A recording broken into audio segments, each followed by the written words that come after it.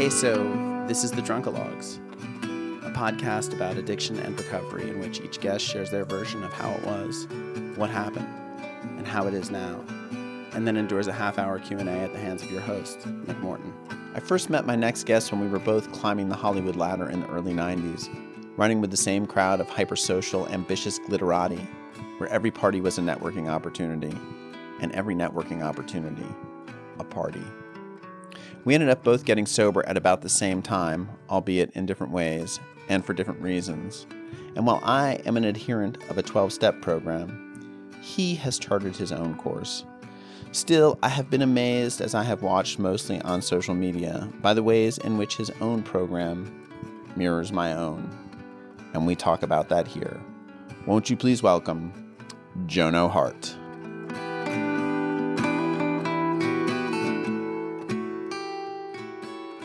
You don't go to AA, do you? No. I never have. Have you been? No, I went one time. Right. And it's interesting. It's been interesting sort of watching you from afar on Facebook and social media, how much your recovery mirrors sort of a 12-step approach, even though you're not doing it. It's sort of fascinating to me. Well, that's interesting to me. I've never heard that. Yeah. So anyway, we can get into it. So Jono Hart, you are from where?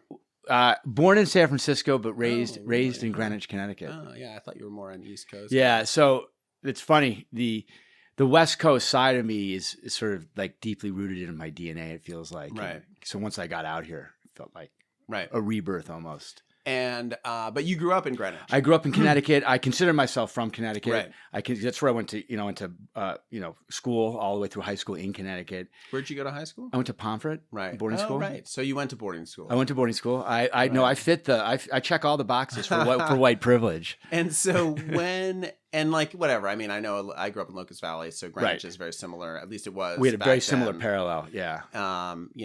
Very sort of drinky culture.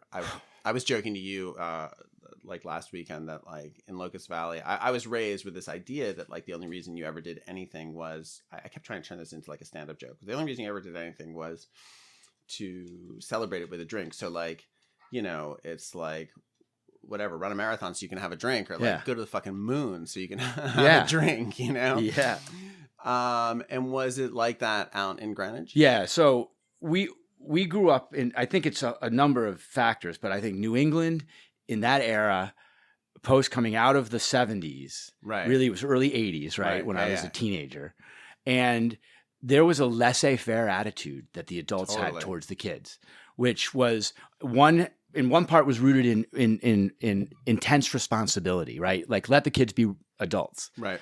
And the other was a tradition of amazing amounts of alcohol being consumed at all times, and then all the behavior associated with that being immediately forgiven, and forgiven in the form of satire, right, or comedy. Like, did you hear what so-and-so did last night? Or it was pretty funny. The car this morning was parked a little sideways, and you'd go out and look, and it would be like, whoever drove it home was hammered.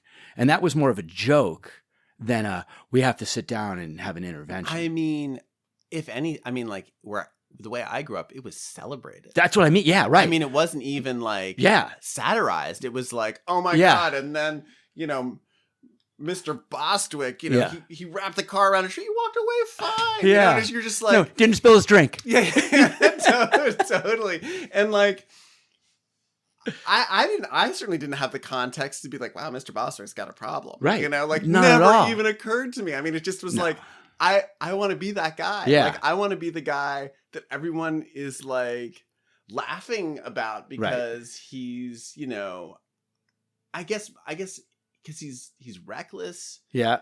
And he's having fun and he's the life of the party. Yeah. Like, that was me. All the quote unquote lives of the parties were just hammered out of their minds. That was me. Absolutely. And I became the life of the party because of it. When did you have like your first drink? Oh, first time I got throw up drunk was probably 12.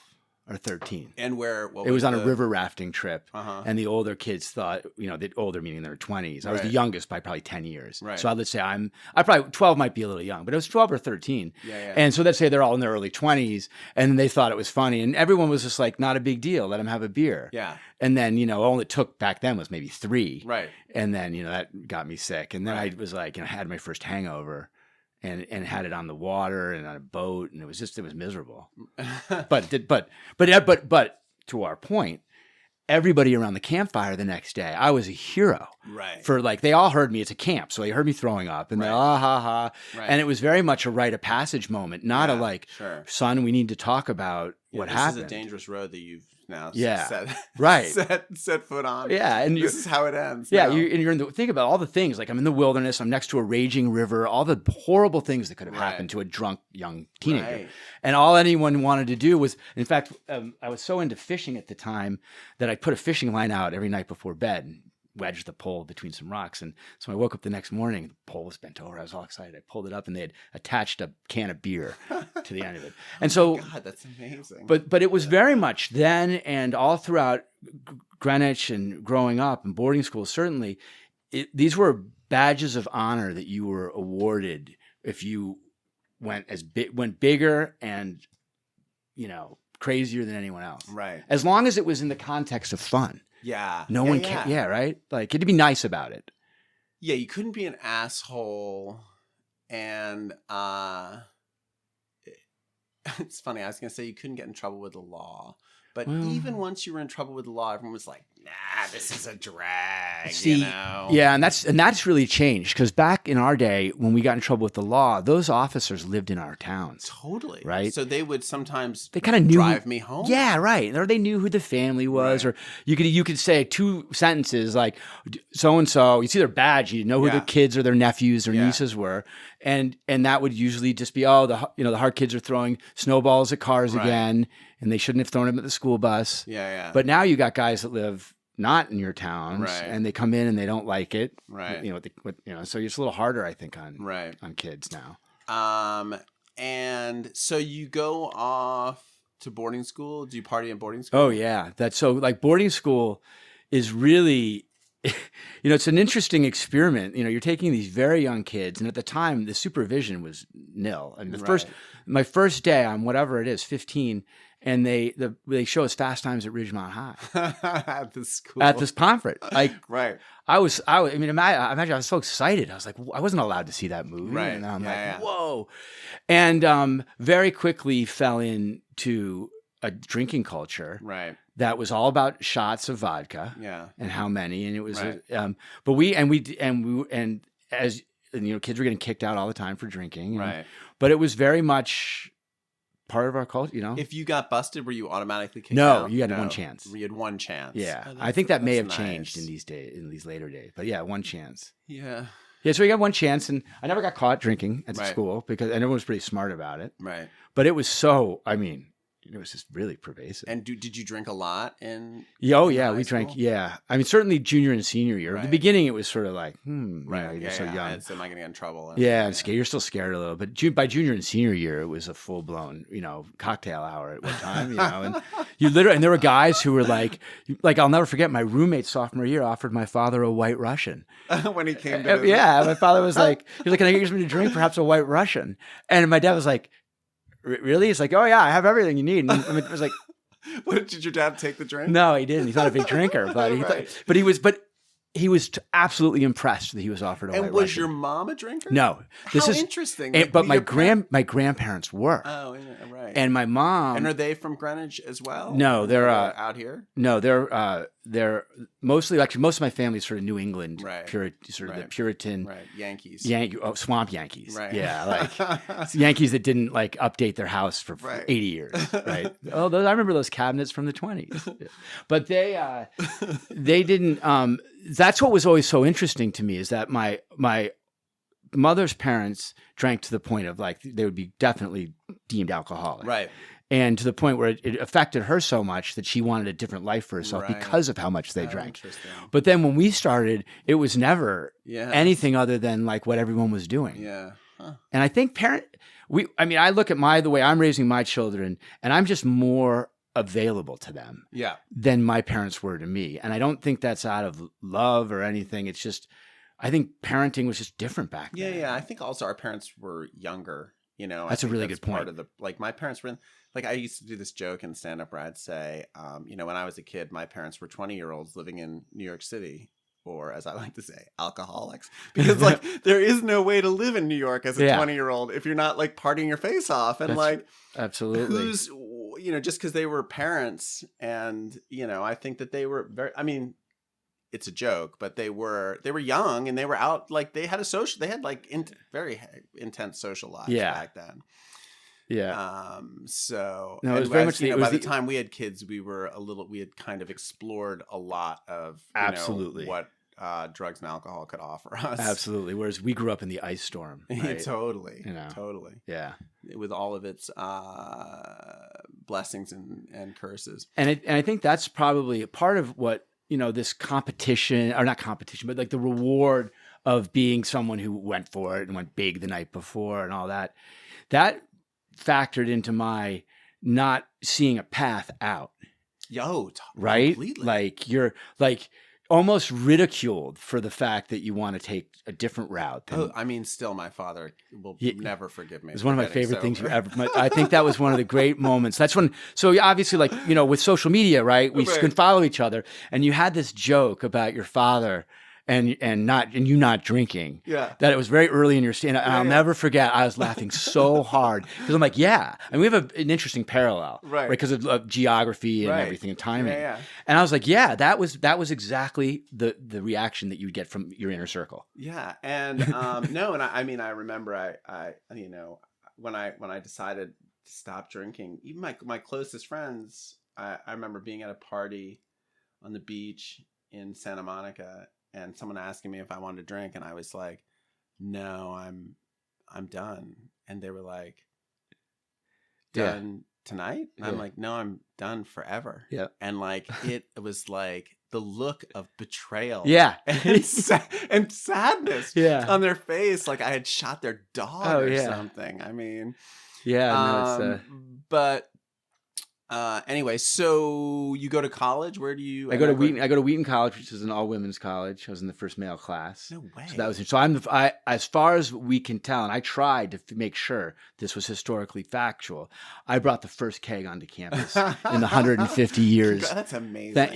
There was just no. It was no one can take that from you. No one can. and I started the first rock group and named us Outnumbered because there were 70 men. There were 70 men at 70 men and 1,200 women or something like that. Wow. And what's it like now? It's still mostly. They always have said it will be 55-45 more women. I've fallen off. I don't stay in touch. Where is it? It's in Norton, Mass, which is right outside of Boston, wedged between Boston and Providence. Right. So we'd go to Providence a lot and Boston a lot. We go out a lot in those places. And it was a suitcase school, so all the girls would go to Dartmouth for the weekend or Harvard. This is traditionally, or Mills or whatever, or not Mills, the Amherst, and they. And then when we got there, I was like, we don't want to go anywhere. We want to create the fun. Right. And as you know, all you have to do is tap a keg, and you're the center of gravity for everything social. And then we had the music, we had a band, and so we would just throw parties, and your status would go up the more, the bigger the party, the more alcohol, the more everything. And so that just became. It was like a tradition that was just continuing. Did you find, because I had found this, and I'm just curious, I partied so hard in boarding school that by the time I got to college, I was kind of I don't really know any other way to go through life, but I had the mystique was gone for me. I was getting hammered, but I was rarely having the kind of religious experience that I had as a 17-year-old. Part of that early age partying too is there's this allure of getting away with it too, especially in the boarding school context. Definitely. That is You're flirting with disaster, and that was so thrilling to me. The us versus them, we can pull this off, and it was a lot of backpack. You remember it was backpacks and smuggling, for sure. and weird movement, hiding behaviors. That was all really fun to me. And so when you get to college, And especially with things like drugs. Like, when you by the time you are out of boarding school and you get to college, all these kids are just discovering this stuff for the first time. And they're away from home for the first time. They're so excited. And you're 3 or 4 years into that, and you're like, that's where I was like, really? Like, I mean, I did discover cocaine. I had never done it until maybe my sophomore year in college. And that was pretty fun. That at least made it like, oh, this is the cocaine's coming out. Yeah. This is something that it's new to me. And interesting, I don't know, about your high school experience, but it was not around at my boarding school. No, there's no coke. It was not. Believe me, I would have done it. I can't imagine I wouldn't have done it. There was nothing that was put in front of me in boarding school that I didn't try. Yeah. Oh yeah, I'm sure I would have. But I was pleased with that. I was glad that that wasn't. Yeah, I do remember like there were some kids. I remember hearing once like some seniors had some coke, and I was like, "Coke? That's not cool." Like it just didn't seem cool. And then like, when I finally did it, I was like, "Oh, this is fun. This stuff works. It's totally fun." My dad went to Choate. So remember the Choate Coke bus. So I was very scared as an 8th grader when that happened. Right. Because of course half those kids were Greenwich kids. Yeah. And so they were kids who went to Greenwich Country Day like a couple years ahead of me. And so I had this context of like, I was a little. Coke ends very badly. Yeah. And so then I went to. Which, by the way, is true. Right. Yeah. Believe everything you hear about that one. And so when I went to look at Choate, I remember being absolutely scared of the place, I was so little, like criminals go here, right? And then it's 6 months later, 8 months later. So funny that time of life where everything is so scary, and you're like, I'll never do drugs. I'm never really going to drink. Within 6 months, you literally can be bartending a party and like totally. Chopping lines or whatever. And so, but you were playing music, so that must have been fun, right? Yeah, the music didn't start until I was 18. Right. Oddly. I mean, I had it all throughout my life, but I never took it seriously until maybe 16, 17. Right. And then it became a full hobby, but a full-time like addiction, really. And did shit get out of control in college for you? Did you get in trouble at all, or was it? No, I was pretty serious academic. Oh, nice. So like, whereas boarding school was about just scraping by, right? College to me was about achievement. Oh wow! And so I graduated summa cum laude. Nice. I went Phi Beta Kappa. I won a bunch of academic awards, but at the same time was the one who was gonna. If there's going to be a party on Saturday night, I was involved. But I just found, I think a part of it was we were raised, we started on this whole game so early that we knew how to manage it by college too, like really manage it. That, yeah. I knew how to like manage a heavy partying schedule. Right. And also do well in other things and achieve things. And I think that's a lot about, when I look at New England, that was like a lot of that whole functional alcoholic thing. Right. It's like that described almost everybody I knew. Yeah. And the parents I knew, that were around me growing up. Certainly by the definition of alcoholism. Yeah. And so did you come out to LA immediately after college? Well, no, then I went to law school. Oh, I took a year. It's funny. When we're talking about alcohol, I took a year off. I was really into the Grateful Dead. So and that's a great place just to really let your hair, pun intended, let your hair down. But that was, I loved the music and the freedom. And so I'd go to those shows and dance my head off and take drugs and have fun. Did you do a lot of hallucinogens? It's funny. I try, not really. I mean, I can count the number of times I've done LSD because I was a little scared. Yeah. I believed that if you do it 7 times, you're legally insane. But I probably did it more than that. I know. Whoops. But mushrooms were I kind of understood that, I got the whole, they're natural. But then I remember 1987 when someone came back from Texas with ecstasy. And they're like, there's this thing in Texas. Everyone has it. They're doing it. It looked like Coke. It was a white powder. Yeah. They put it in a beer and I drank it. And I drank the equivalent. Back then, it was probably what you would take as like 5 or 6 doses today. Right. It was just like, and then I was like, oh, wow. Oh, this is nice. Yeah. Right. And then it was then at Grateful Dead shows, it was a combination of like mushrooms and ecstasy, which is called an MX missile. Oh, I didn't know that. Yeah. Huh. And so, but then soon after all of that, I was like sober at shows. Like I still partied my head off, but at the concert, I cared about the music and I mostly cared about not having to go to the bathroom. Like if there's anybody who has to go to like a lot when they drink, it's me. Yeah. And so that actually became, my love of music was so intense that I would curb my drinking at performances to make sure I didn't have to pee the whole time. In AA terms, this is called God doing for you what you could not do for yourself. I love that. Yes. It was. That's wild. Yeah. That's hilarious. Do you still listen to the Dead? Yeah, a lot. No, more Jerry Garcia Right. than the Grateful Dead. But I have learned in retrospect, when I look back, that I was very heavily influenced by Jerry Garcia, not just as a musician, but as a person, in the way he never tried to get attention, like be the center of attention. You know, he was very interesting. Didn't want to be a hero. So that's why he doesn't do a lot of introductions and talk to people between songs. He wants the music to be. And as I've grown into this, whatever you want to call it, second or third chapter of your life, the music has given me anything that alcohol ever could have given me. Sure. And it probably, if I look back at in the glass ball or whatever, if I had had less alcohol and more music and most importantly, the people around me who were influencing me were more into music than drinking, I think I might have had a totally different trajectory. For sure. You know, yeah, definitely. But at the same time, a lot of what drinking has gotten me a lot of positive things, like, you know, in terms of meeting people and introductions. And if, you know, I could probably make a list of people I've met after midnight that are meaningful in my life today, or at the time where, because I was staying out. Yeah. Because the alcohol had me fueled. Like, it was not I know it's a depressant, but it's a stimulant for me. Sure. I'm like, and if I take a stimulant, you're going to see me not act stimulated. So like, I don't have any caffeine. Right. People last night, even one of my band members, he goes, you know, everyone thinks you're a cokehead. Right. I'm like, it's been my whole life of like having an excessive energy, and stopping drinking gave me more energy. Then it took a year. I thought I would stop drinking and I'd feel really good the next Monday. Right. I didn't. And this is how I feel. I don't know if this is true. I feel like I was so poisoned. Right.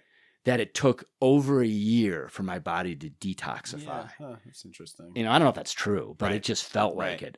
I didn't feel good. And Monday mornings still are horrible. Right. You know, they're better now than, I'd say 10 years.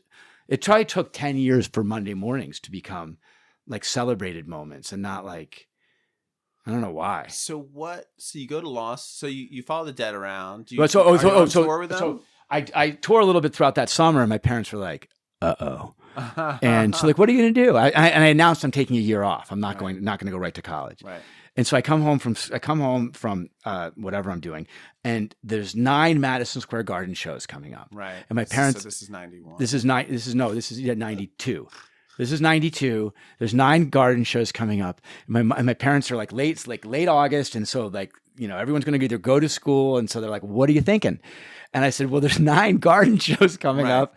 And I came home the next day, and there was a Post-it on the kitchen counter that said, call this number to pick grapes in France.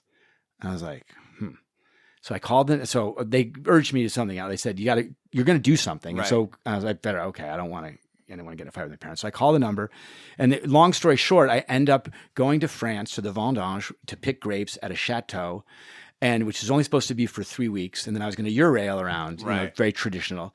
And when I'm I get to the chateau, and they put me in a main bedroom. It wasn't like I thought I was going to be a worker in and after 3 weeks, they say, do you want to just stay here? And I said, yeah. Right. And they said, as long as you work at the farm and help out, you can stay here as long as you want. It's the owner of the chateau. And so we'd start drinking wine at 9 in the morning. Oh my God. And there was no preservatives in the wine. So you didn't really get hungover. You didn't really get drunk. You don't get headaches.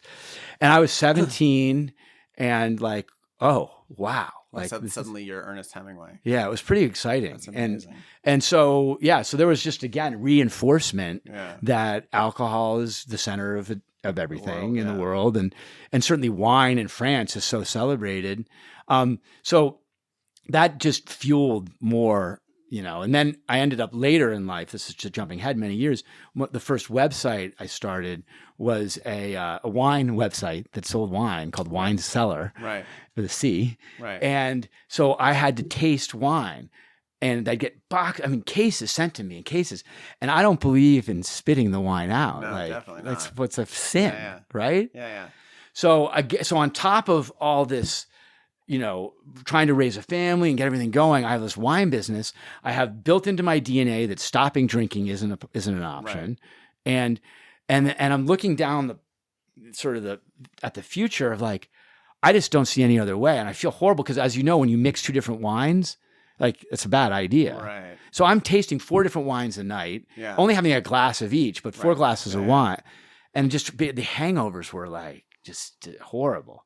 But again, hangovers become a part of life, and then they can be fun. Ha ha ha! I have such a hangover, out of it. And you're forgiven immediately. Oh no, hey, Jono's hungover. Like, ha, A friend of mine barfed on the floor of Campanile at brunch one Sunday morning, and I can't remember. He had some excuse for why it had happened, but I'm like, in my head, I'm like, you're at a table of alcoholics. Like, we all know why it happened. Exactly. No, and that's the other thing too, is like every excuse you would want to make back in the day was like, oh, okay, yeah, great, no problem. Like they just fully accepted. I must have had some medication I wasn't aware of. Like, and so how does that end? The chateau excursion. That segues into college. I get into college while I'm over there. I ended up going to Greece after that to a school that was pretty intense. We had to work. I worked a construction job from 6 a.m. to 9 a.m. Right. And then did school and Greek dance and language, and it was pretty intense but fun. Huh. And then started college. In college, I was at an all women's college. Right. So we do Wheaton, but then you go law school after Wheaton. And where do you go? Well, here's the kicker: to New Orleans. Oh, right, wow. The center of gravity for drinking. And so I go to New Orleans, and everything that I'd learned, it's just wildly reinforced. Yeah, it's reinforced. It's on billboards. It's like a religion there. Absolutely, and here's the thing I'll say about New Orleanians is they are such responsible drinkers. I mean, they go, if you go out to a New Orleans bar, you're not going to find sloppy behavior. Right, you're not going to, there's not a lot of fighting. There's not a lot of ugly alcohol. Right. It really is this thing that's celebrated. And then you'll go out to dinner at midnight and run into your friends' parents, and they have that European attitude of like, we're going to go as long as we need to go if we're having fun, and if we're tired tomorrow, we'll just deal with it. And how was law school in that environment? Were you able to? 1 test, 1 grade. So it's up to you. Do you want to do a little bit of work every night, or do you want to party your head off for 2.5 months and then intense work for 3 weeks? And so after the first, the latter. So the first semester, I didn't know what school is this? Tulane. That's the way it works. Yeah, Tulane Law School. 1 test, 1 grade. So my highest grade in law school was a class I never attended. Right. And my lowest grade in law school was a class that I worked the hardest in. Right. Huh. And I learned after the first semester that, and I also had this thing where I fell in with one of my best friends had a sister who was in the 3rd year. Right. So senior, so to speak. So we were ushered into a group of friends and a lifestyle that was already happening. I wasn't like Also, what a great music place. Well, that's the whole thing. So I went out to see live music every single night, and if I was going to go out and see live music, I was going to have a minimum of 6 beers. And that was also, it's funny. I mean, fast forwarding a little bit to when I wanted to stop drinking, I couldn't figure out how I was going to go to a show and not have like 6. I was like, well, can I just go and have 2? I did this thing where I had a point system towards the end of my drinking career where I allotted myself 7 drinks a week. Yeah. And I was able to spend them however I chose. So if I wanted to go out on a big night, I could just have 7 drinks. Yeah. And then I was obligated to not drink the rest of the week. I mean, there was never a week I succeeded. Right. I would write these little, on our calendar down. So I had kids at that point. So there were these little 2, 5. It's aspirational, right? It's like it was just impossible for me. Yeah. So anyway, management techniques. Yeah. It's fun. Just the amount of energy I devoted to to control my drinking. Have you ever had a pill addiction? No. So I broke my rib skiing in Jackson Hole, and right in half, really bad break. And they said, "Do you want the good news or the bad news?" And I said, "Give me the bad news." Was it's a serious break. Good news is it didn't hurt your lungs. And I said, "Okay, what do we do?" Well, and they said, handed me a bottle of Vicodin that was 6 inches tall. Right. And they said, "There's nothing we can do. Here are your X-rays. Go see your doctor when you get back to Los Angeles." And then I went and saw my doctor and I said, here are the x-rays. There's nothing we can do. Here's a big bottle of Vicodin. And I look at the bottom of it and it basically had unlimited refills. Right. And I didn't know about being addicted. I didn't know about Brett Favre and all Right. that. Like any of that hadn't happened. So I become unbelievably like full-blown addiction to Vicodin. Funny story. I thought that some of the people, when I got back to work remember Addis Wexler? Yeah. I was working at Addis Wexler, and some of the older executives that, were a little more maternal, I thought they came by and I thought they were worried about me. They found out I had a ton of Vicodin. Like a ton of Vicodin. Yeah. Wanted your pills. I was like, oh my God, that's so sweet. She's coming to like check on me. I was like, whatever, 25 and this one was 50. So I was like very maternal. Yeah. And now they weren't coming to check on me. They were coming for the Vicodin. But what I would do towards the end of that, like, I guess we know we need to manage it. We know we need to get out somehow. Yeah. I would break them in half and hide them all over the house. Oh, wow. And then what you end up doing is you end up looking for them all the time. And it was just this weird, hilarious. But that was my system. Who did you work for at Addis Wexler? Nick Wexler. Oh, nice. Yeah. So I worked for Nick, and it was during the time of the whole break off with Mike Ovitz and the creation of AMG.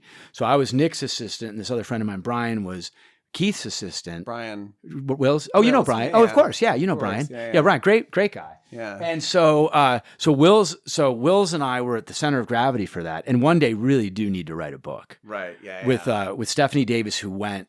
Yeah. Sure. And we stayed. Yeah. And so we could see both sides of it. Oh, interesting. Yeah. But so that was, and of course, so if you think about reinforcement, you get to boarding school, it's reinforced. You get to your parents' friends, your friends' parents reinforce it. Everyone's reinforcing this lifestyle.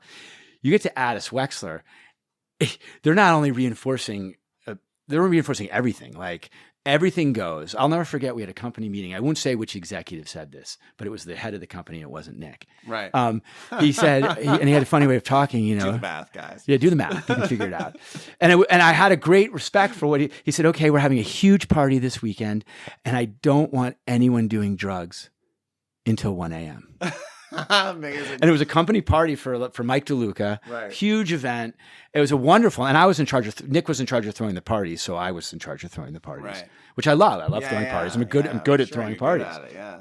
And so it just reinforced. Here, these guys were my bosses and my mentors, and they had managed an enormous. They got through the 70s and 80s. I don't know how. Right. Still alive. And so that was another thing. Yeah, in Hollywood at least, all of my bosses and mentors were sober people. Oh, interesting. Not through recovery, but just culturally, like Mike Medavoy didn't drink. Yeah. Rick Hess didn't. I mean, he would drink, but he wouldn't get hammered. He wasn't like me. That's right. I forgot you worked with Mike. And yeah, none of them. And it was intense. It's Rick Rosenthal, who I've been working for the past 10. He doesn't really drink. So yeah. It was challenging for me because I was in any situation where there were so many times where I was just debilitatingly hungover and no one else in the room was. Yeah. And that was always a weird position to be in, where I'm like, oh, I know I don't have my shit together. Like, I know I'm not at my best because I've fucked myself up so hard last night, and everyone else in this room is at their best. Yep. And whether that put them on equal footing with me, or which is an egotistical thing to say, or not, it damaged me psychologically, because I would be like, just not sure of myself, constantly in those meetings, unsure of like what I was saying and doing, because I knew my faculties weren't with me.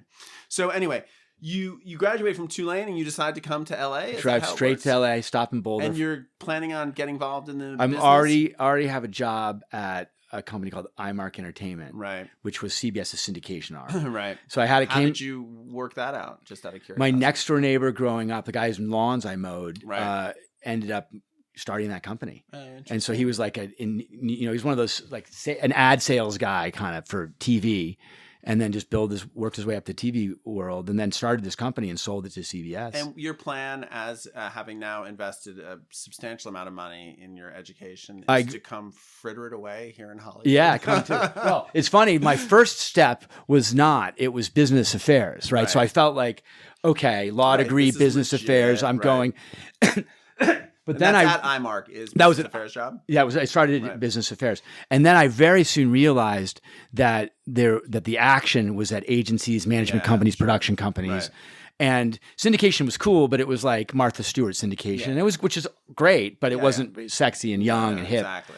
And a friend of mine, Amy Gunther, you may know. I remember Amy. Amy, yeah. Jeez, wow. Wonderful. Is she still around? She's still, they moved to North Carolina, but she's still managing major actors and directors. And so she was the youngest successful manager, meaning that she was 23 and she signed Jean Reno. Wow. And so she had a real career going at 23 or 4. And I'm at 25 and I'm less like, and she's like, hey, do you want to push a mail card at our company? Right. I was like, yeah, I did. Yeah. And you may remember Tucker Carney? Yeah, of course. So he helped me get that job. Where's he now? I have no idea. Right. Huh. I would think he and Brian are still friends, but so Tucker helped me get the job, and they all bet against. There's a bet. Is he going to? Did you live with Tucker? No. There was that house he lived in. I remember that house. Curzon that was sort of like half abandoned. Yeah, I remember that place.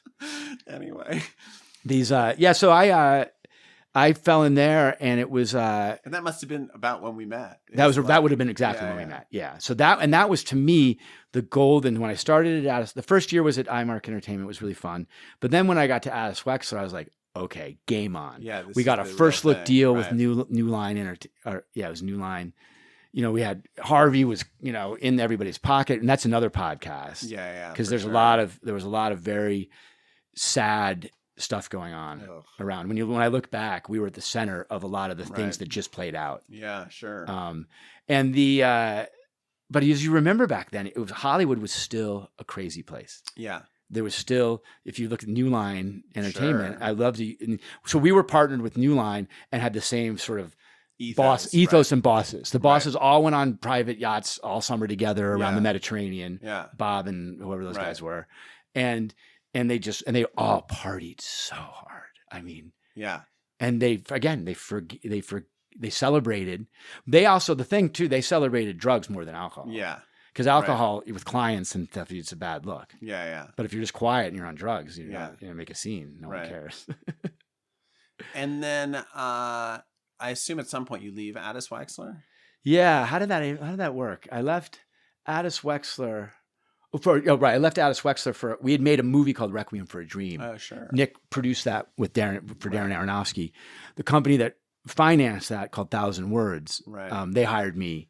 Who was the Palmer West? You know the name? Of course. Yeah, Palmer. I don't know, but I just met him at a party 2 weeks ago. Oh, really? Yeah, he's a really nice guy, really smart. He's doing fashion shit. Yeah, then he started an outdoor fashion kind of really ether. Right. So he hired me, and I had a really wonderful time working for them, and we made some cool movies like United States of Leland and some Richard Linklater stuff, Waking Life, which was that weird animation, rotoscoping, and really cutting edge stuff. And then the internet happened again. Remember the first wave of the internet? I don't know about you, but I felt like such a loser. I was like, everyone's going up to San Francisco and they're getting stock, like toilet paper rolls of it just rolling off, and they're playing ping pong all day.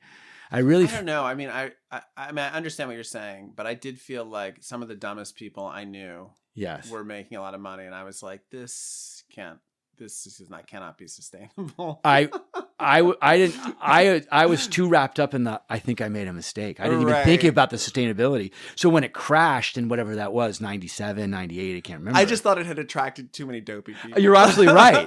But then I kept seeing all this money and smart people putting the money in. I mean, clearly there were a lot of smart people involved too. Yeah, but no, you're right. All the people that dropped everything to run up there, it's sort of like a lot of the same people who dropped everything for crypto. Well, I did feel like there were a lot of people who in an ideal world, they would have gone to work for Davis Polk, or they would have gone to work for Goldman Sachs, and they didn't get hired there. And then it was like, oh, you can go work for CNET. Well, that was me. I didn't get hired at Davis Polk. I worked at Davis Polk. That's so funny. I was at Davis Polk for 3 years. I was over in France. I mean, whatever, But that's what you do. I came to Hollywood. If you really look at it, if I had gotten a job offer from Davis Polk, you would have stayed. Hell yeah. Right. The prestige of just the environment I grew up in. Sure. I had to be a Davis Polk attorney. Right. The money, the starting salary. Right. My starting salary at Addis Wexler was $20,000 a year. That's pretty good. My starting salary at Davis Polk would have been $110,000. Right. So but they literally told me, we can't hire you. I said, why? They go, you didn't go to Harvard, Yale, or Stanford law school. Period. Yeah. Amazing. And so, but I had a great run there. Yeah. It's funny you say that. But then I got into the startups. Right. And that's when out of Addis Wexler, and I saw a startup production company, and I was like, this is great. I loved that feeling with them. And then from there, the internet came around in 2000, e-commerce became viable. And that's when I started a website. Right. And it was Wine Cellar. Wine Cellar, yeah, personal seller. Amazing. And then it was already, a guy had already started it, but it didn't do anything. And then we merged, we joined forces. And then because of my experience living in France at the Chateau, I could recognize good wine. Right. And so what I did was I decided we would only sell wine from family wineries in Washington, Oregon, or California. And so I could visit them or have proximity, and they'd only be exquisite wines. Right. And so if you take a family that's been making wine for 100 years, they have no marketing money, they have no savvy, they're farmers. Yeah. And so I was like, there's this new thing called the internet, and I can give you, if you give me 15, give me the same break you give a restaurant. Right. I can get you a new customer in a state that you can't reach right now. Yeah. So then the only reason I did this, again, ties back to my legal career or my law school experience, was I got really interested in the Fourth Amendment. Mm-hmm. And then I got really interested in interstate commerce. I don't know why, but I was. So I was reading a lot. Fourth Amendment says what? Fourth Amendment is about search and seizure, our own personal rights. Right. And then, I don't know, because of that, somehow I started reading about interstate commerce. Right. And I read that a law was going to pass that was going to allow you to ship directly. Wineries could ship directly to all these states, like Florida, for example, that wouldn't allow you to. Right. So 35 states you couldn't ship to. All of a sudden, overnight, you'd be allowed to. Wow. Only the winery. And so, long story short, I would approach these people with that proposition. That's the value proposition.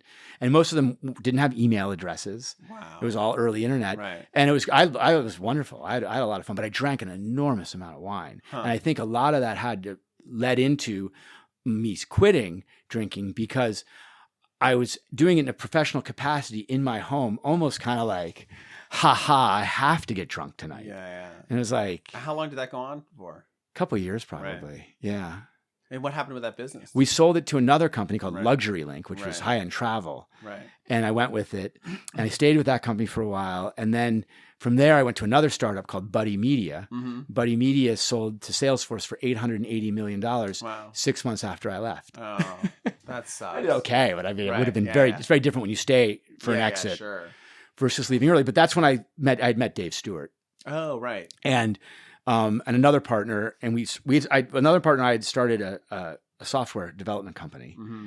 and we'd figured out how to monetize basically social media, the conversation, monetize word of mouth. So when someone tweets out, I had the best time listening to the new Bowie album or whatever, you could monetize that statement. And we tried to do that because we saw artists were losing all this money all of a sudden, musicians especially. We're going to start making less money. So what if we were able to they still have influence, so maybe they can monetize their influence. Right, sure. And then Dave Stewart changed everything for me, because I was,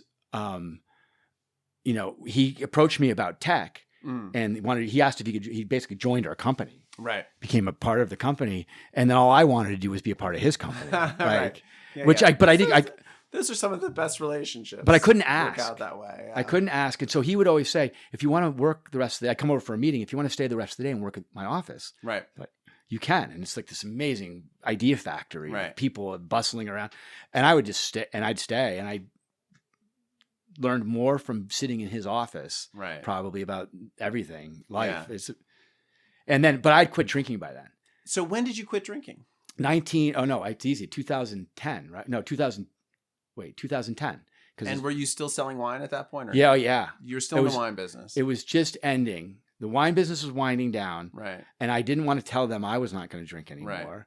Right. So I didn't take on any more wine customers. I had clients. I had enough. So you knew you didn't have to taste. I didn't have to taste wine anymore. And I was having other people start tasting wines. I'd have other people at the office that would come in, and I'd be like, I used to hoard, like samples would come in. I'd be like, I got it. And people would be like, well, there's a couple extra bottles. I'm like, no, we need them. Like, because I just get free wine. I wouldn't have to buy it. Yeah. And then I started letting more and more people. But I had 2 failed attempts. Well, I wouldn't say failed attempts. I stopped drinking. It really had to do with not taking a bunch of crap in couples counseling. Right. It really did. That's amazing. Like that you're the first person who's gone down that road. It was really like the reason I stopped. I knew I needed to stop. I wanted to. I didn't see the out socially. I really was confused about how how do you do everything else in life if you can't drink? I really thought that. Like, Yeah. it was just so deeply rooted. And I woke up one day after Valentine's Day, and I'm divorced now, so it's not hard to imagine I was not in a healthy marriage. And it's Valentine's Day, which is like, I'm a lover, man. I'm like, my flow state right now is best described as one of love. Right. Like, and so I was really depressed. I saw an ex-girlfriend at dinner that night, and she was really nice to me, whereas my wife wasn't.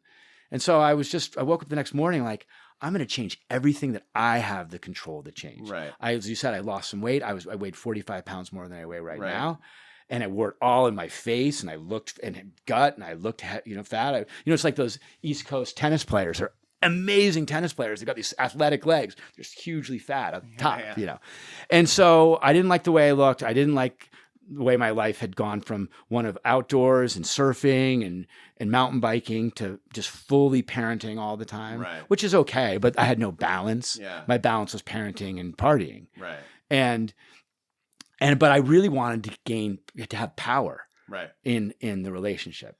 And you felt that like drinking was a vulnerability. I knew, a place where your ex-wife could pick on you. Let's say she's mad at 20 things. Right. If you say you're mad at me for all these things, but in front of a counselor, a therapist, they're going to latch on at first to that alcohol one. Right. Because it's whatever. Right. It's a red flag. Yeah. And if you can't fix the other stuff until we got to fix that first.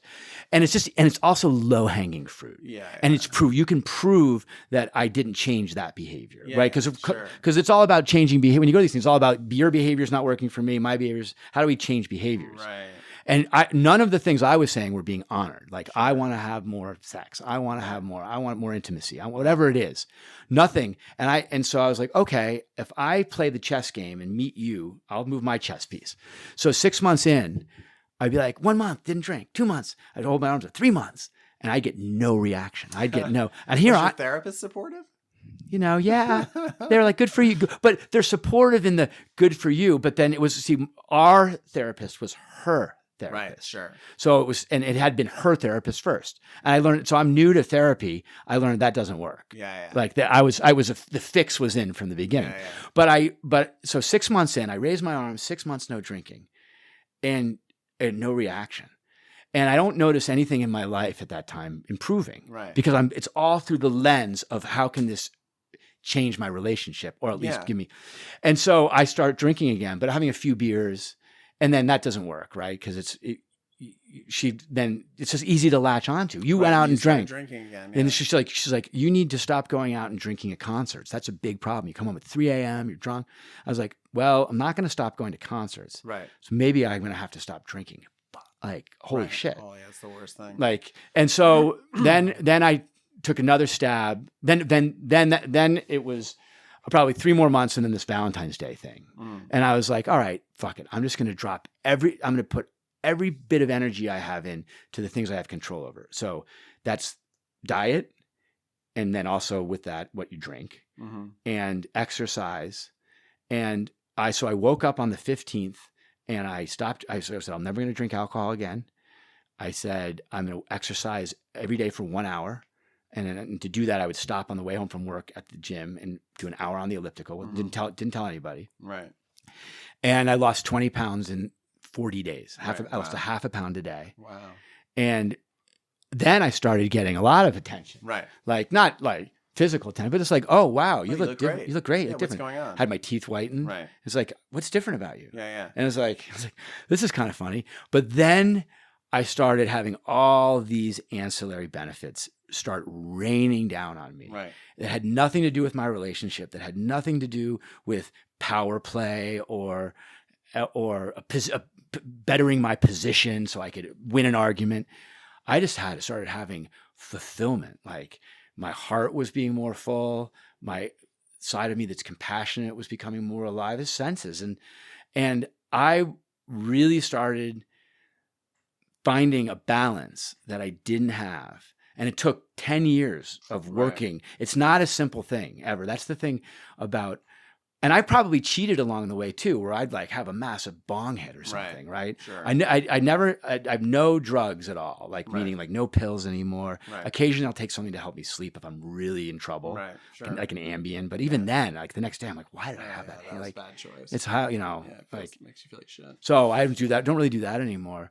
But it was, the benefits, and you certainly. And what were some of the other benefits? Well, so the high level benefits that are like the ones associated with alcohol is you don't have to apologize, or you don't have to wonder. Yeah. Do I need to apologize to anybody? Like, who do I need to call? Right. And some of those calls were hilarious, right? You called, hey, I'm sorry, I heard it, I did, and they're like, yeah, and you did this, and you know what was really funny, and then you're like, oh, and your wife's like, you need to apologize, you got it, you really made a scene, and you call up, and it turns out, you know. Yeah, you did, but in the nobody cares, and it was celebrated more than it was, you know. But I started having physical benefits. Right. I started feeling healthier, and I think when look, as you know, it's all about addiction, and what are you going to become addicted to after you're addicted to alcohol? Sure. And so I became addicted to fitness. Right. And I also have these huge swings of depression in my life, like big. So. Like for one, you know, I didn't get out of bed in law school for like something like 45 days, and I'd get out at night, and I'd go out and be social for like 4 hours, and so my friends weren't worried, and then I'd go back and I stayed in bed for a month, over a month. Just didn't have anything. I don't know what. Just didn't do anything. It's happened twice. It happened once in LA too. Right.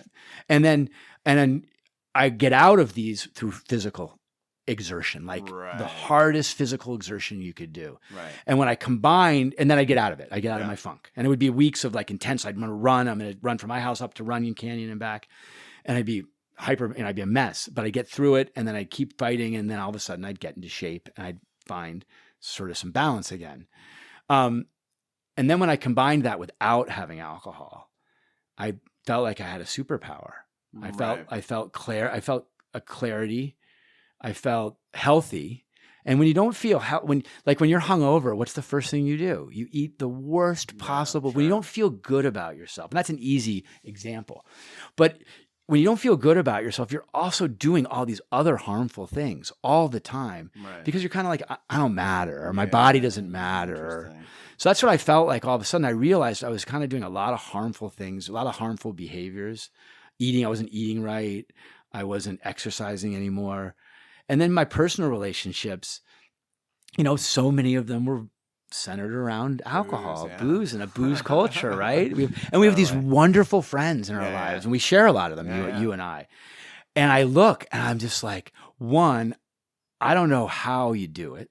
Like, I look at my friends who are in their 50s and still, like, this weekend will go big. Right. I applaud, again, I still have the gene of, like, I applaud you for your... But I don't know how they do it. Yeah, seriously. And I look at my life and I'm like, I don't know.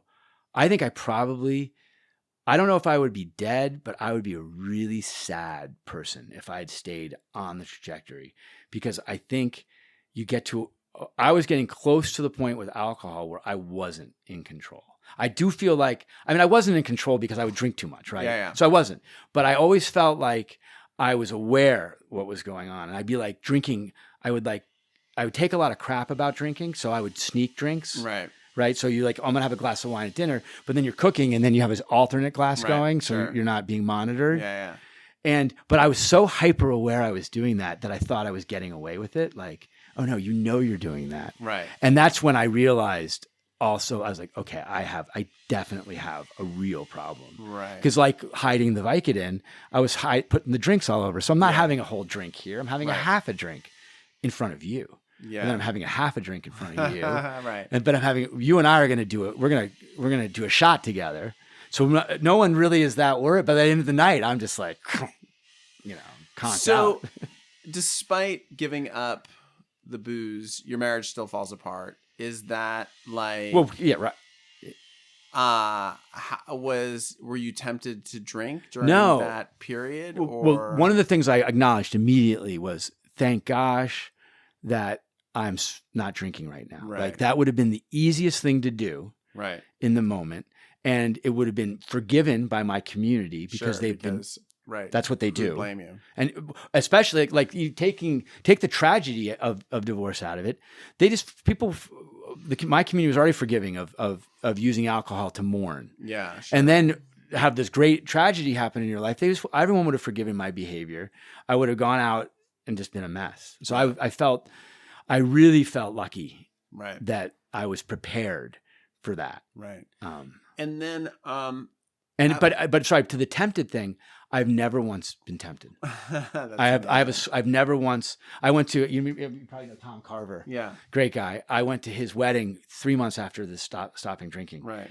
And in New Orleans. Yeah. And I didn't have a drink. And it was, everyone was just like, and they're just going hammered, all the way. Yeah. I did have 14 banana creme brulee desserts because nobody told me when you stop drinking. You still have that sugar. craving, Yeah. I had no. Someone, a girl who was in AA said to me, she said, "What's your candy bar now?" Right. I said, "What do you mean?" She's in New York. "What's your candy bar now?" I said, "I don't know. What do you mean?" She said, "Well, you stopped drinking. You're eating, what's your candy bar you're eating?" And I said, I thought about it. I go, "Snickers." Right. And she goes, "Where do you get them?" I go, "Every time I go to the gas station." And it was like, I never did that before. Yeah. But so I run something more interesting than Snickers bars. But I guess one of the questions I have is then at what point did the whole like outdoors reinvigorate? Was it always there? It was, drinking, it was always there through surfing. Right. The mountains I took my kids to the mountains, too young. So right, it was too much. It was too much. So then we go to the San Gabriel Mountains, and those are 7,000 feet. And so we could do a little bit there. We couldn't go on long hikes, but we could do maybe a half a mile hike. And so I felt constricted. Like I saw these parents were doing, I didn't understand Mount Whitney. Right. Until it was a while. And I hear all about it. And the Sierra, so the southeastern Sierra, which is now my playground, it was felt very far removed from me. There's this permitting system I didn't understand. And then you do a little bit of research and you hear people have horrible experiences. I don't know if you remember Norman. Yeah, I know Norman's story. Yeah. So Norman came back and told me his story. Well, it's funny because weirdly, when he went on that trip, this is the Whitney story. Yes. He did it with, I had a reader working for me. The girl whose name I can't remember. No, there was a woman who was dating There's one of two my sisters. And one went with them. They're writers. One was on Law and Order. Oh, really? And one was I think was it Lisa Kopp? Yes. I mean, it's one of those. There's two. So then there was another. There were people who I didn't know Norm. Who were also on that thing. And I guess it's funny now having just spent the weekend in the Sierras and like trying to imagine like how that went so wrong. Where like they decided to go in separate directions and Well, Norm, right. Well, I was gonna say I know the trail they're on now. Right. Now that I know it, of course. Oh my gosh, what were they thinking? Right. Like you literally, like I was like, now that I know what he did, right? It was insane. Right. Like they're really lucky. They went up the main trail and down the Mountaineers route. Right. You know? And why? Because someone said it's a shorter way down. Like whoever gave them that information really should get arrested. Right. Like that is terrible. You could kill. Right. You have to go down. I don't know which. I'd love to investigate it more now because there's two ways to get down. You either climb down a 400-foot cliff, which I've done, and it's doable. Right. But you got to really know what you're doing. Yeah. Or you do a traverse, and more people have died on the traverse than any other part of the mountain. And and so how did the other? I mean, Norm found other people that. So he must have when I remember the story, they got into a camp, and so he must have gotten into what's called the camp at outpost. At the one, what's it called? Lake, one of the lakes, right? And Iceberg Lake, and then people would have been waiting to help you, right?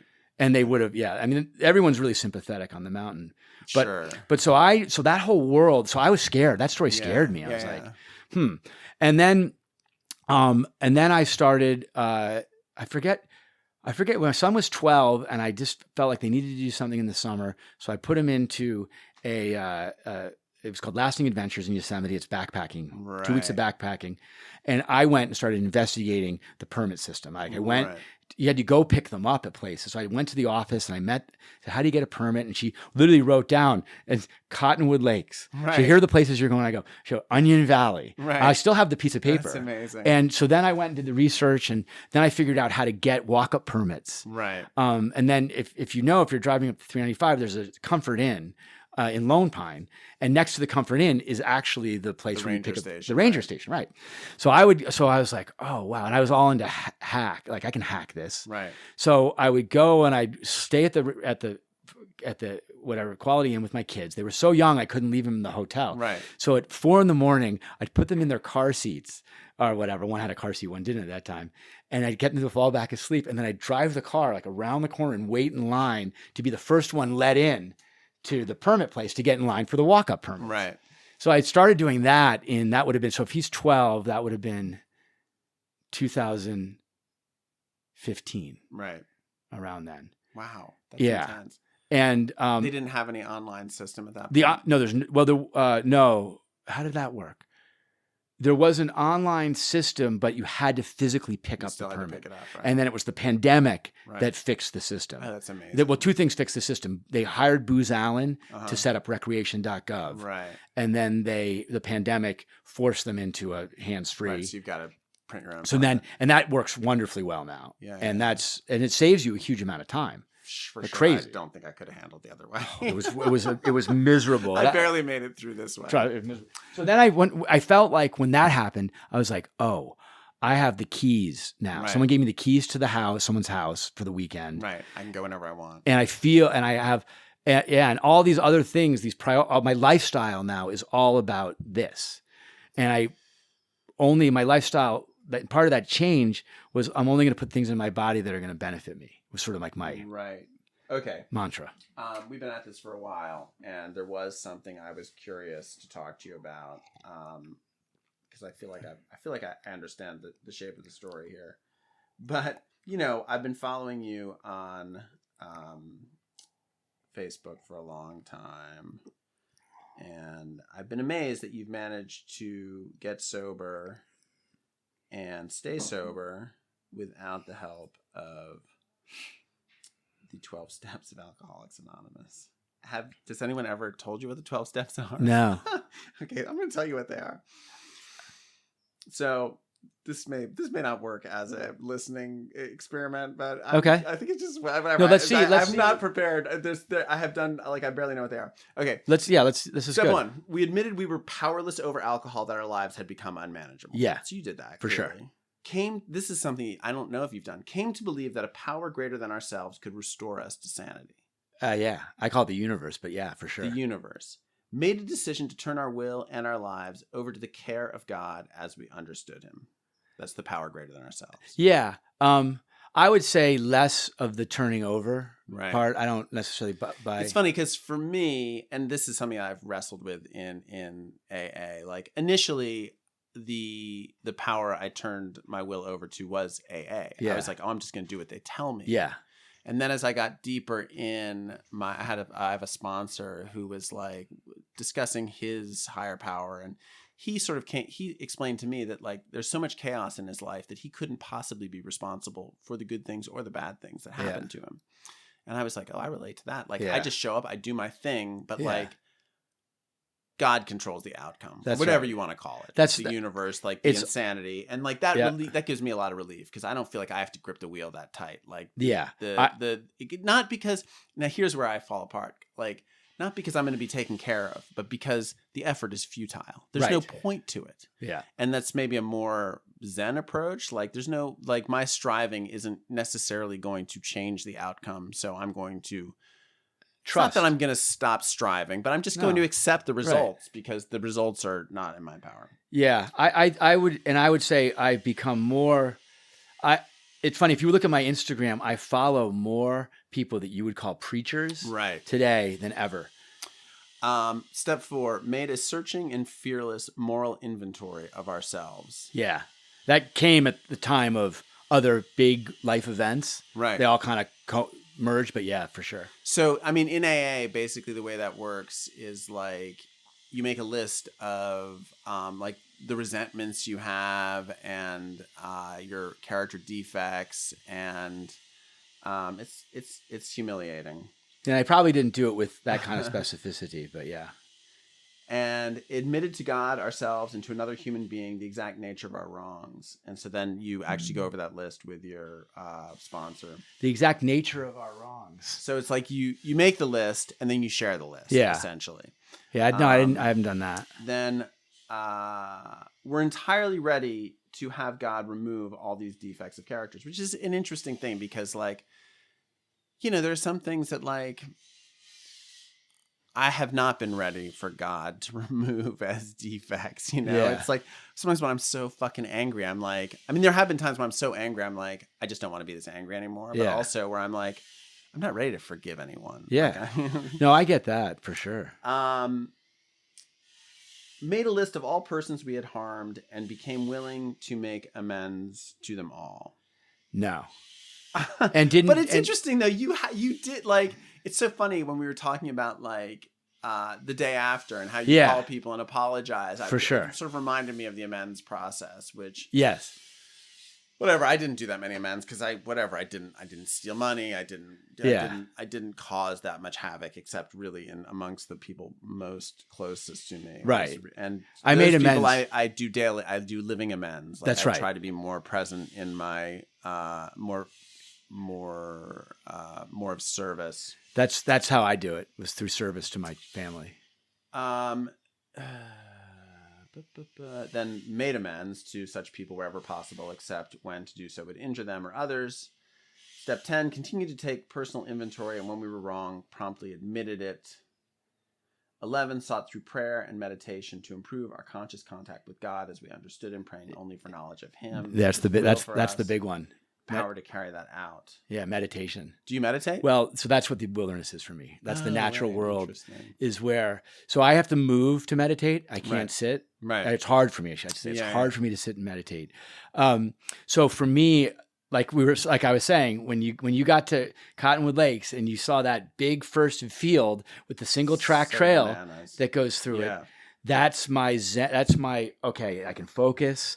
And if I have everything I need on my back, I can focus even more. Right. And if I have no one else with me, I can focus even more. And any of those, whatever it is, we need to shed the voices, the conversation, and have that just pure clarity. That's the mountains and the ocean. Step 12, having had a spiritual awakening as a result of these steps, we tried to carry this message to alcoholics and to practice these principles in all of our affairs. It's interesting. Basically, the way there's a lot of different paths and strains, and I find that AA it's kind of a web of these different things that forms this sort of support that works. But one of the strains that is very, very effective is this idea of service. And it's weird that it's not really a part of that except in step 12. But the way it essentially works is like, whatever, if you've got 3 days sober, you have 3 days more wisdom than someone with 0 days sober. And so the program really encourages people to be of service mostly to other alcoholics. Yeah. Like that's the way, it's a self-sustaining machine in that way. And that you can help the guy who's got less sobriety than you by just sharing your experience with them. And that act of service gets you out of yourself. It stops you worrying about it stops you feeling from like you're a piece of shit, and you actually do have something to offer because you can help these other addicts, and because you're helping other people, you stop thinking about all of your problems. Right. And I saw that in this whole journey you went through with this homeless person who was living, I think, in my neighborhood. He was Franklin and Vine. And you sort of got him off the street, and you got him medical attention. Yeah. And I have found in my recovery that during periods of crisis or deep unease, what I really do is I go work at the Hollywood Food Coalition, chopping vegetables or serving food to the homeless, and it makes me feel so much better. I have this joke with the woman who runs it. She's like, "Oh, you're in here," and I'm like, "Yes, I'm so morally bankrupt. I have to be here right now." And I feel like I came to that through AA, really. Yeah. But you didn't. You came to it just. Well, if you want to look at it this way, you came through yours through AA, which in many ways you could say that God helped guide you to it. Sure. Right? Or just that and I came to my place through the church as well. I was raised in the Episcopal Church, grew up across the street from it. course. There was a whole service. My mom was all about service. If anyone, she started or was part of an organization that would drive elderly people to the hospital. And then she was constantly like, drop us at school because she's got to run someone to their doctor's appointment. Right. And so I grew up in a service industry, right? Right. The compassionate family that cares about their community. So when and anytime in our lives when we've been at a down point, our parents have always said, just go volunteer somewhere. Just go do something. Right. And if you show up anywhere and volunteer, I guarantee you, if you're listening right now and you're in a rut, volunteer for anything. It's so true. You will get out of that rut. You will meet other people. True. You'll come. Yeah. And then so the guy we're talking about, the homeless man's name is Lionel Reeves. Right. And if you're on the street, his name's Detroit. And so I drove past him every day for 5 years. Right. And he was always in a good mood. He never asked for anything, but it was clear he wanted something. Right. And he'd always, but he'd ask for a high five. Give me knuckles, man. And he's always in a good mood. And then I didn't see him. He's gone. I was like, figured, it's just how it is, drifters.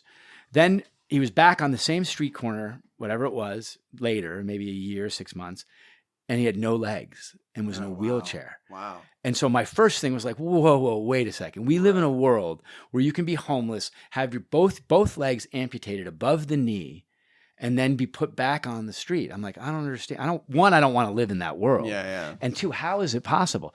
So then I didn't engage. I saw that happening. But what I did do is I started, every time I saw him, I started giving him money. Mm-hmm. So he started getting to know who I was a little bit. We move offices. I was at Dave Stewart Entertainment at the time. We moved into Dave buys Howard Hughes' old house, plenty of space. So we move in there. The office has been into one of the ancillary buildings. So I don't see him for a year.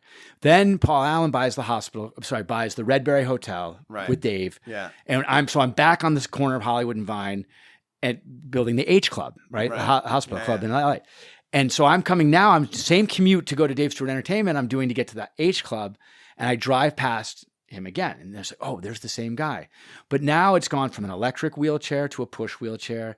It's gone, everything's degraded. The tent is sagging. He looks worse. He's not happy. He's not in a good mood. And it broke my heart. I was like, here's someone who had nothing. Then they had their legs removed. Now they got less. They have nothing and no legs. And now everything else is, I was just like, so I'm on this $100 million project with these $100 million people around a table. And I'm like, hey, let's do something. Let's take care of every homeless person in the shadow of this building. Let's give them a home. Right. It's not, how many people is that? 20? Right. Yeah. Let's just come on. It's 100. Just do it. Let's just do it. We'll figure. I mean, you talk about crickets, his blank stares looking back at me. Really? All these, people from people from Seattle, from like Paul Allen's organization with bowl haircuts and Dockers. And we're just like, what are you talking about? Right. So I walked straight from that meeting up the hill to the corner of Franklin and Vine, and I introduced myself to him. Right. And I said, hi. I said, I don't know if you don't know who I am, but I've known who you are for a long time. You've been on this corner. And he goes, I've been here for 7 years. And I said, I don't think you are a drug or an alcohol user. He goes, I'm not. I don't use either. And I said, I don't think I could help you if you were using drugs and alcohol, but I think I can help you because, and if you want help. Right. So right now, tell me what it is that you need in this exact moment. And he goes, man, I just need a place to lie down. Right. And I said, I looked in this tent. I said, okay. And I drove to a futon store. Right. And I said, I'm trying to help a homeless guy. I took a picture of him. I showed the guy at the store. I said, I'm trying to help this homeless man. Do you have a futon type thing? And he goes, oh, I have something that's perfect. It was a kid's bed because obviously he has no legs. Right. He didn't need, and he figured and got the mattress in this little frame. So I drove back over there like an hour later. And I said, okay, here. And he goes, a bunch of motherfucker, what the fuck shit, motherfucker. He goes, I didn't think I'd never see you again. Right. I guess a lot of people tell me they're going to help me and I never see him again. I said, well, here I am. I said, what do you need tomorrow morning? He goes, tells me a bunch of the foods he likes. And someone had already told me, give homeless people bananas. Right. Because they have all have cavities and teeth problems. They need soft things that are soft. Yeah. So the next day I bring him a bunch of stuff. He said he needs a towel, stuff for his wounds. He's still healing his legs. So he needs bacitracin and all this stuff. And he said, bring him a towel, bring him some bananas, bring him some food and sandwiches. I make sandwiches at home, bring them for him. And whatever, takes the banana. He goes, hey, yells someone, say, hey, Julie, come here. Gives her a banana. Hey, John, come here. He just gives him a banana. He starts handing all the bananas out to people. And I was like, Lionel, you got to have one for yourself at least. So he's all right. He opens a banana. And then the next day I'm driving to work and I see that I gave him a green towel and I see he'd cut it into 4 pieces. And this camp over here has a piece of it. This tent over here has a piece of it. And then I was like, wow, okay, so I found the right guy. I found a guy who can redistribute and I'll help him and he's just going to help his little community. Right. So then I was just like, all right, game on. I set up a GoFundMe. I told everyone I could tell what was going on. I publicized it on Facebook. Right. And I would tell people, don't do the GoFundMe. So the GoFundMe says we raised like $3,000. Right. We raised a lot more because I was like, give me cash. Right. So then I'd be at the H Club and I would just do a lap and I'd walk around to everybody. I'd be like, hey, you know how I'm helping that homeless guy? They're like, oh, it's so great what you're doing. I'm like, can I see your wallet? Right. I would literally make people open their wallets. I take whatever they had. Oh my God. I take 320s right out of your wallet. And they were psyched. They're like, I was like, I'll tell Lionel this came from you. Right. And I go, hey, and I'll never forget my friend, it was Matt Weaver. I don't know if you know Matt. He's a wonderful guy.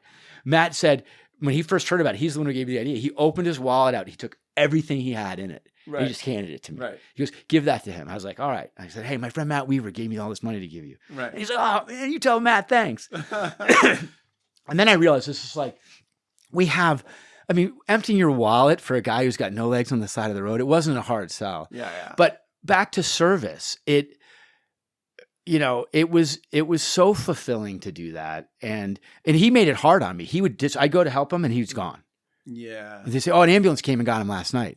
I say, okay, 500 hospitals in LA County. I'd start calling one hospital after another. Wow. And then I'd find him, go visit him in the hospital, get a social worker, come up with a plan, go back the next day. Oh, he left in the middle of the night, stole our wheelchair.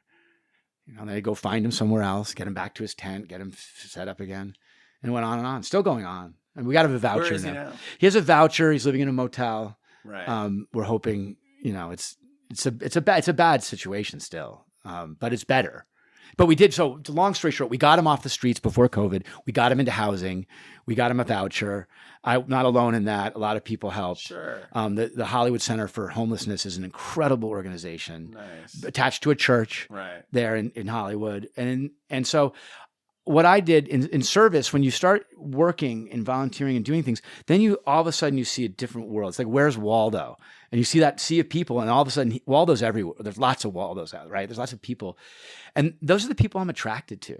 And those are the people I want to enable in life. Those are the people I want to help the path be easier for.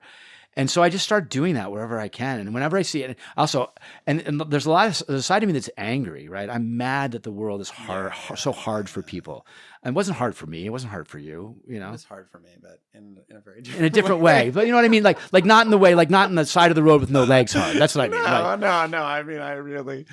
No. It's weird. I think being a human is very, very hard. It's really hard. But obviously I've had the most excessive, it just goes to show though that it's always hard. And so that's what I thought. I was like, well, how much harder is it for someone who hasn't had any privilege? I think that's the global conversation right now is that, right?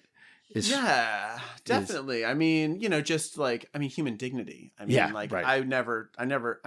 When I struggled for my dignity, it was out of my own fault. Right.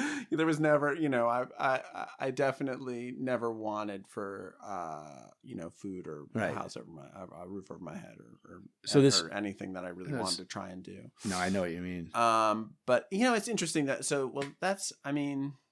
that's amazing. And I have to say, there's one other thing that struck me just in this conversation was just that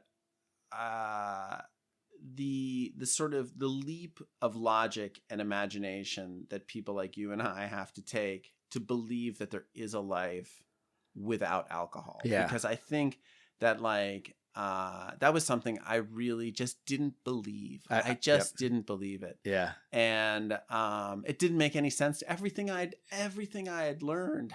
Alcohol was just, it really was the best thing in the world. Yeah. And champagne waiting to pop the champagne cork. I really hope my kids come out of this whole experience of being raised by me with a whole different set of beliefs that there are these other things, that whether it's a creative endeavor, it's the outdoors, or it's being of service, that these things are are much more exciting and intoxicating ultimately than getting fucked up on Thursday night at a fucking sports bar or whatever it is. But one of the ways that I was able to take that leap was through AA. I mean, I'd seen that all these people had changed their lives via this program. Yeah. And yet you did it.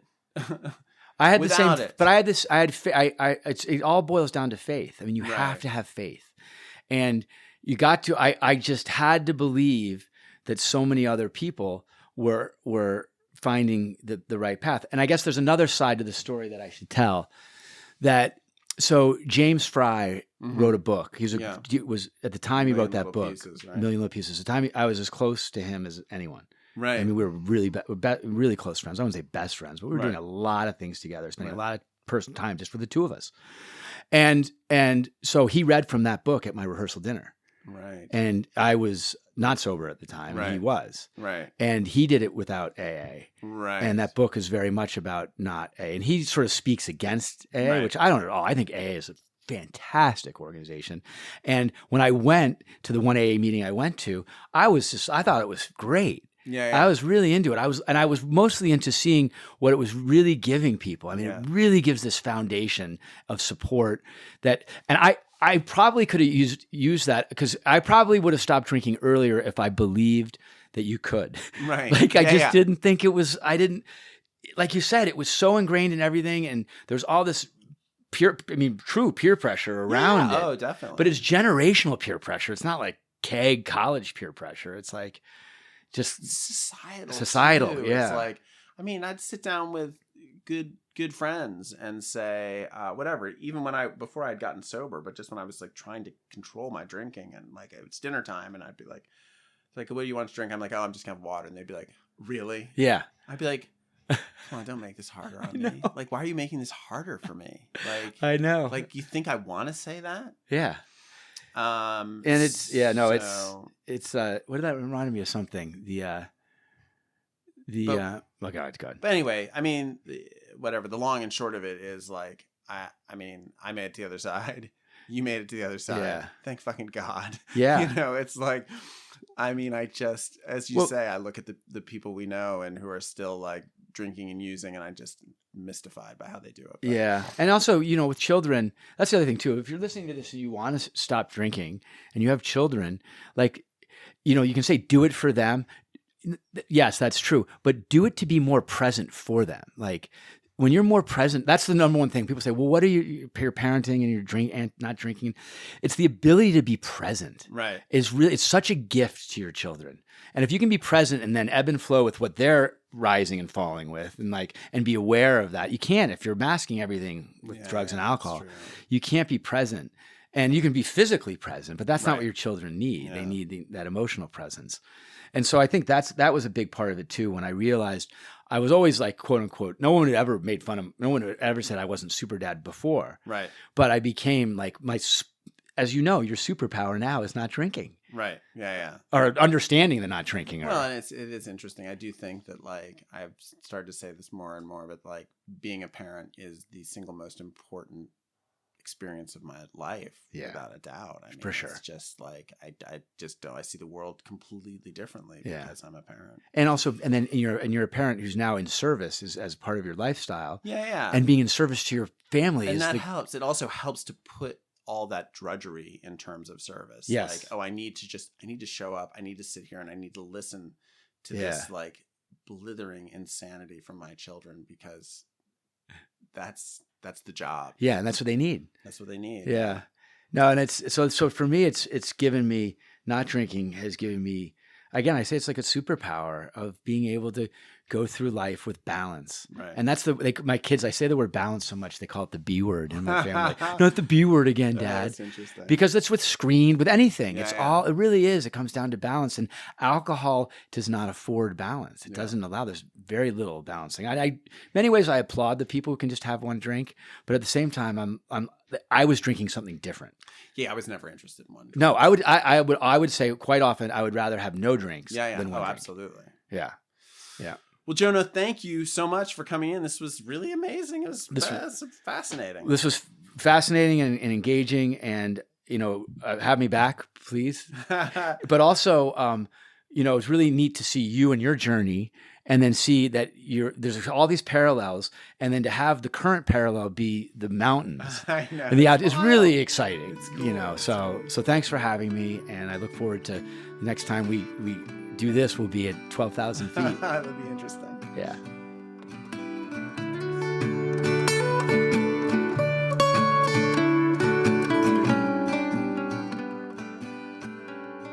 Thanks for listening. You can support this podcast at patreon.com/thedrunkalogs.